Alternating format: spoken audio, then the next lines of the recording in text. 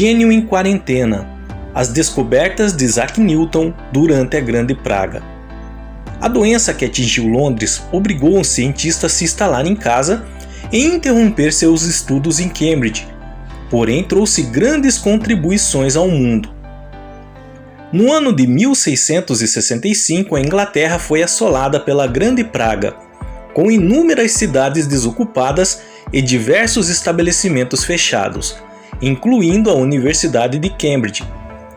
Em decorrência da doença, vários alunos tiveram que interromper seus estudos na faculdade, e dentre eles destaca-se Isaac Newton, aquele que posteriormente seria conhecido como astrônomo, alquimista, filósofo natural, teólogo e cientista inglês.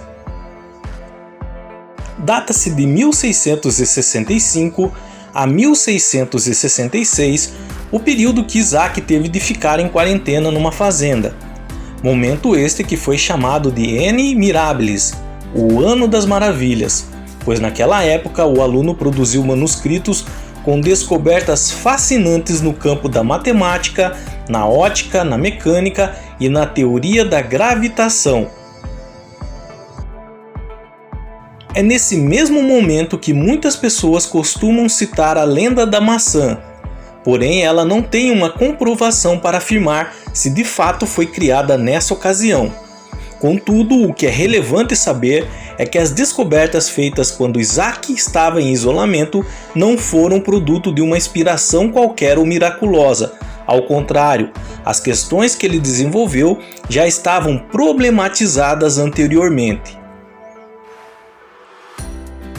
Isso porque, quando Newton ainda podia frequentar as aulas em Cambridge, já havia estudado alguns autores que discorriam sobre os assuntos que lhe diziam respeito, e os anos que teve que ficar em casa só lhe ofereceram uma grande oportunidade para se debruçar ainda mais nas teorias dos seus mestres, e como consequência isso nos trouxe grandes contribuições.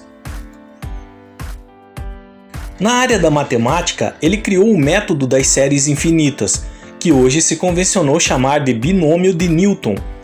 Também o método das fluxões, na qual se tornaria o atual cálculo diferencial e integral e que posteriormente viraria o motivo da disputa com Leibniz pela patente da descoberta.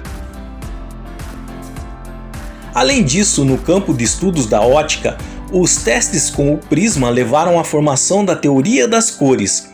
Ensaios esses que foram de grande valia para o século XVII. Como se isso já não bastasse, as competências manuais de Newton possibilitaram que ele próprio construísse suas ferramentas e equipamentos. Um exemplo disso foi que na época em que viveu, tinha-se os telescópios de refração, mas que representavam o problema da aberração cromática. Ele então desenvolveu o telescópio de reflexão, que eliminava essa deficiência. Embora esse fosse considerado por muitos uma ideia não totalmente genuína, Isaac foi o primeiro a colocá-lo em prática em 1669 e também o primeiro a explicar a aberração cromática. Assim enviou um exemplar do tal telescópio à Royal Society em 1671 e, devido a isso, conseguiu ser eleito como membro dessa sociedade em 1672. Foi com essas mesmas análises e utilizando a terceira lei de Kepler que ele pôde constatar que o esforço que um planeta faz em sua órbita para se afastar do Sol é proporcional ao inverso do quadrado da distância entre o planeta e o Sol. Alguns historiadores afirmam que tal relação com o inverso do quadrado da distância já apareciam nos manuscritos de outros filósofos, mas Newton conciliou todas essas informações, dando origem ao que se tornaria futuramente a lei da gravitação universal. Com essa descoberta, ele conseguiu eliminar a dependência da ação divina no universo e deu início à ciência contemporânea. Em 1667 ele retornou à universidade e em 6 meses ele ganhou o título de Fellow. Em 2 anos conseguiu ser professor. A Grande Praga, pela qual Londres foi menos mortal do que a peste negra, ocorrido no século XIV. Entretanto, ela causou cerca de 100.000 mortes em 18 meses, representando cerca de 1/4 da população londrina na época.